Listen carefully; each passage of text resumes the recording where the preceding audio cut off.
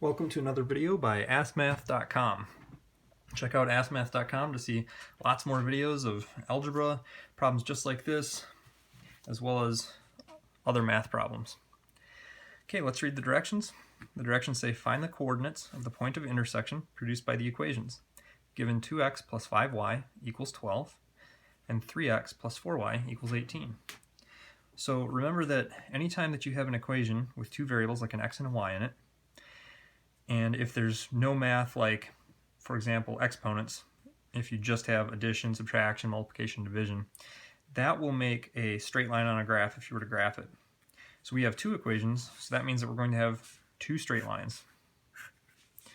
And two straight lines oftentimes will intersect each other at a point. And that's what we're being asked to find here. The point of intersection, where they cross, of these two lines. So, just as a reminder, two straight lines don't have to cross at a point. They might be parallel lines, they never cross. Or they might be one line on top of another line, which means they cross everywhere. But we're just being asked to find the coordinates of the point of intersection, so we're assuming that they just cross at one point. And at a point, the coordinates are x comma y. So we're being asked to find both coordinates, the x and the y. Okay, so you could graph to find that point. We don't have any graph paper, and graphing isn't generally the best way to solve remember, anytime you have two equations, it's called a system. This is a system of equations, and solving means finding the point. Graphing isn't the best way to solve a system of equations.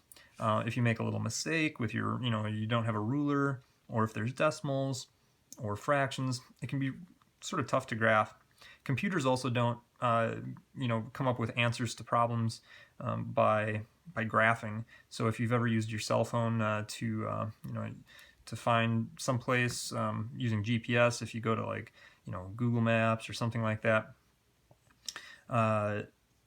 it's calculating points of intersection all the time, and it's doing it by doing math like what we're going to do today. It doesn't do it by graphing. Okay, so there are two other ways besides graphing to find the solution, the point of intersection, and one is called substitution. And substitution works best when you have on one side of an equal sign in one of the two equations, if you have a variable all by itself, like an x, like x equals or y equals. We don't have that here. We have 3x plus 4y equals something, and 2x plus 5y equals something. So because there's not an x or y all by itself on one side of the equal sign, substitution is probably not going to be the easiest method to use. Combination, on the other hand, works best when you either have or you can easily make the x's and the y's and the number expressions, numerical expressions, just line up with each other. And we already have a problem that is like that, so that's fantastic for combination. So combination just means adding things together. So it's like when you used to do a problem like, 1 plus 2 equals 3. You are combining the 1 and the 2. And we can do the same thing with x's, y's, and numerical values.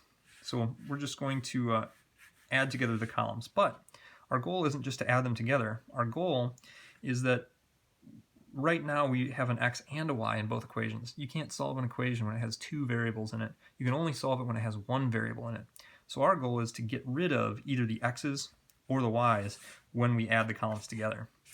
Right now, if I added 2x plus 3x, I'd get 5x. That didn't get rid of them. If I add 5y plus 4y, that makes 9y. That didn't get rid of the y's. So you have your choice. It doesn't really matter because we have to find the x and the y value for the answer to the problem. So I like smaller numbers, easier to work with. I'm going to try to make the 2x expression and the 3x expression add up to make 0. But to do that, they need to be the same number, and one of them has to be negative and one of them has to be positive.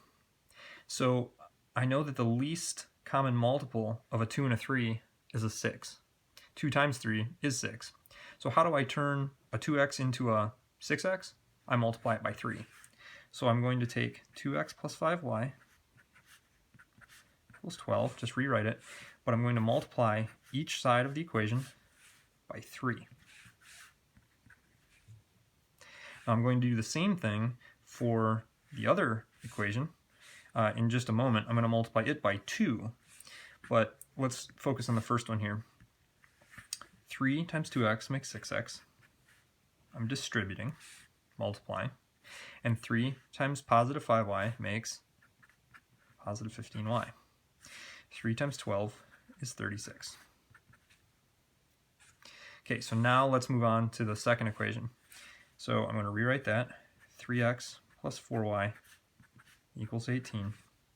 So I want to turn the 3x into a 6x as well, but I don't want it to just be any 6x. I want it to be negative 6x, because the first one that we did is a positive 6x. So I want the x's to disappear. In other words, I want them to make 0 when I combine them. So I'm going to multiply it by 2, but not just any 2, a negative 2. And I'm going to multiply this by negative 2 as well, because I have to do the same thing to both sides of an equal sign. Now I'm going to distribute. Negative 2 times positive 3x. Negative times a positive makes a negative, and 2 times 3 is 6, times x, because I don't know what x is. I can't multiply it, I just have to write times x. Same thing here. Negative 2 times positive 4y. Negative times a positive makes negative. 2 times 4 is 8, times y. Equals. And 18 times 2 is 36, but a positive times a negative means it's a negative 36. Okay, so now I'm going to take the modified first equation and the modified second equation. I'm just going to write them closer together, so I'll do it up here.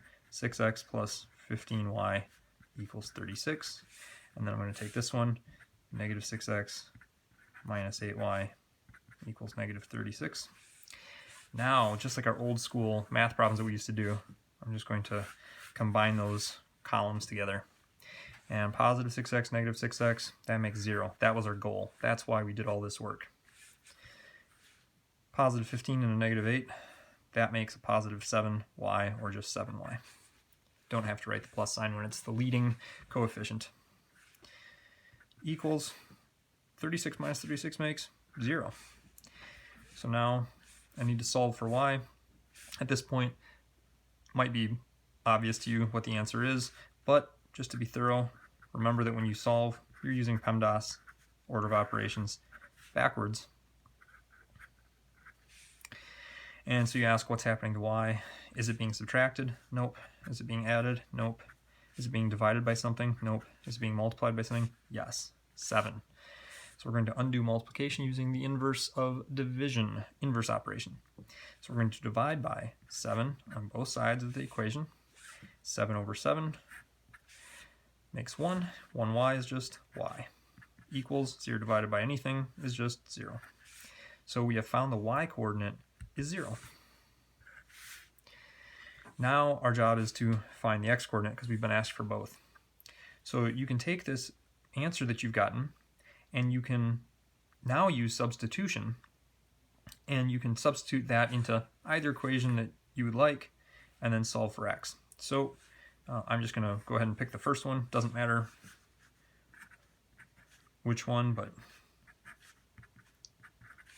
and I'm going to substitute a 0 in for the y.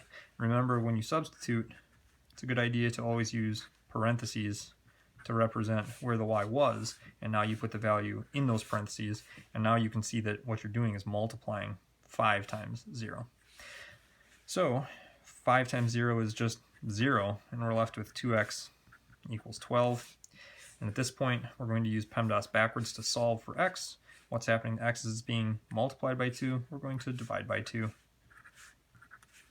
2 divided by 2 is 1. 1x is just x. 12 divided by 2 is 6. And we found our second value.